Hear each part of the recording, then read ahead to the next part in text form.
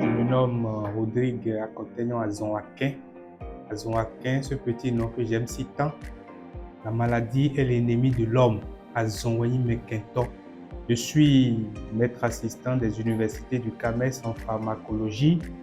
Je suis le directeur académique de l'ESSIV, entendez ESSIV, École supérieure des instructeurs de la vie.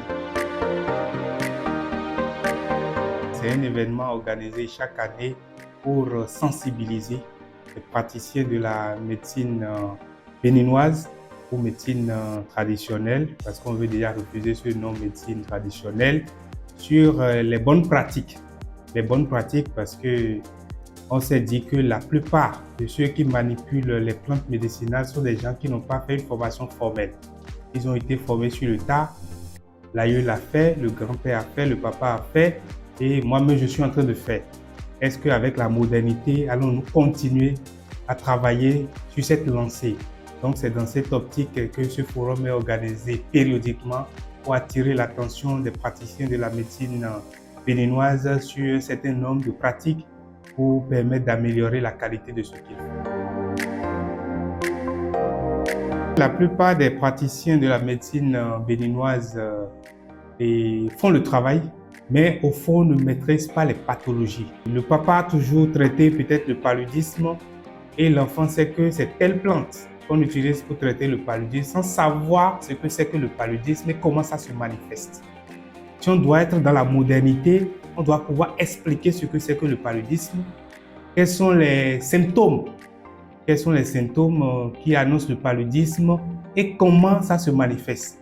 D'où la physiologie. Il faut comprendre la physiologie pour pouvoir expliquer l'effet des phytomédicaments sur ces maladies. Donc, nous voulons mettre l'accent sur ces paramètres, prendre quelques pathologies, leur expliquer comment ça fonctionne, leur expliquer le rôle des phytomédicaments, des principes actifs sur ces maladies, expliquer le rôle des nutriments, parce que nous sommes malades de ce que nous mangeons, expliquer le rôle des nutriments sur tous ces paramètres. Donc, c'est à cela qu'on va s'atteler au 7e Forum national de la pharmacopée africaine et de la médecine holistique. Je tiens à inviter massivement les praticiens de la médecine béninoise, les chercheurs, même ceux-là qui veulent voir qu'est-ce qu'on découvre dans les plantes, de venir massivement participer à ce forum qui pourrait éventuellement nous aider à quitter réellement la pauvreté. Car mon chef a l'habitude de dire, quand le Bénin sortira un bon phytomédicament, on peut dire adieu au pétrole.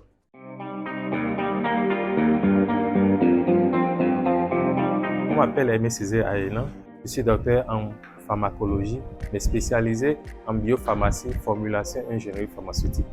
Je suis chercheur à UMAFA à l'Université d'Abomey-Calavi au Bénin. Nous parlerons des conditions de récolte des plantes, nous parlerons du matériel utilisé pour la préparation et également du conditionnement.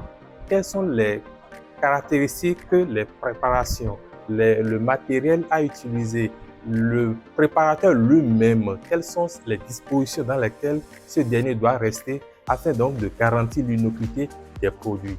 C'est de façon générale ce de quoi nous parlerons. Nous aborderons également des aspects liés au dosage et ou au mode de préparation en termes de posologie et ou de conduite à tenir lors du traitement que nous proposons à nos patients. La question de la forme galénique doit être repensée. Repensée dans la mesure où la présentation du produit détermine l'efficacité qu'on peut espérer de ce dernier. Ainsi, on n'entend par forme galénique la présentation physique sous laquelle le produit est présenté à son utilisateur. Et en matière de médicaments à base de plantes, nous avons plusieurs formes galéniques, que ce soit le sirop, que ce soit les comprimés, que ce soit les gélules, que ce soit les granulés, que ce soit les poudres, que ce soit également les suspensions. Toujours est-il que pour déterminer la forme galénique, nous parlerons beaucoup plus des pathologies auxquelles ces produits doivent être adressés. Et donc, Ce sont les pathologies qui devraient en principe orienter le choix et garantir par voie de conséquence l'efficacité de ces produits-là. Au cours de la formation, nous parlerons des concepts et des conditions et critères dans lesquels on doit pouvoir choisir la forme galénique ou telle autre préparation. Je voudrais inviter tous les praticiens, initiés ou non, qui s'essaient à la médecine traditionnelle, qu'on appellerait volontiers médecine africaine, à ce qu'ils viennent à cette formation afin donc de s'instruire pour les uns et de renforcer les compétences pour les autres dans le domaine commun que nous avons et que nous voulons développer en Afrique et au Bénin.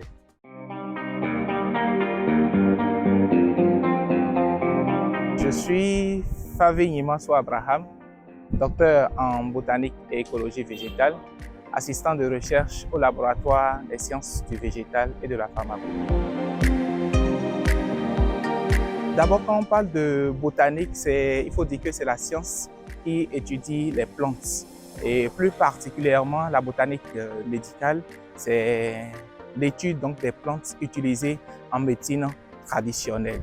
Et particulièrement pour ce congrès, nous allons non seulement ensemble avec les praticiens, parce qu'ils ne sont pas ignorants de cette science-là, qui a une base traditionnelle. Donc, nous allons essayer d'apprendre un tout. D'abord, identifier les plantes, établir quelques différences entre des plantes qui se ressemblent, parce que c'est important, et après révéler ou prospecter un peu leurs propriétés biologiques. Nous allons parler de l'usage des plantes et plus spécifiquement des plantes utilisées dans le renforcement du système immunitaire de l'homme. Parce que nous avons une grande diversité de plantes médicinales au Bénin qui sont utilisées mais très peu connues, qui ont une forte activité biologique très bénéfique également pour les hommes. Malheureusement, les efforts ou du moins les recherches qui sont faites jusque-là sont un peu disparates, sont un peu dispersées. Il n'y a pas encore une plateforme ou un document qui existe, qui fait un résumé de toutes les plantes médicinales du Bénin. Toutefois, il y a eu des travaux qui ont été faits, il y a des documents qui existent, notamment la flore de De Souza, le document de la flore analytique du Bénin, mais qui présente toutes les plantes du Bénin, qui ne fait pas un focus sur les plantes médicinales. Voilà un peu quelque peu les travaux qui sont faits jusque-là, mais il reste encore beaucoup à faire pour valoriser, rehausser la richesse des plantes médicinales du Bénin. Je demanderai à tous les praticiens de ne pas manquer ce rendez-vous, un rendez-vous d'échange, mais qui nous permettra de vraiment connaître les fondements, les b.a.-ba de la flore médicinale du Bénin et qui va certainement renforcer nos capacités en matière de tradithérapie.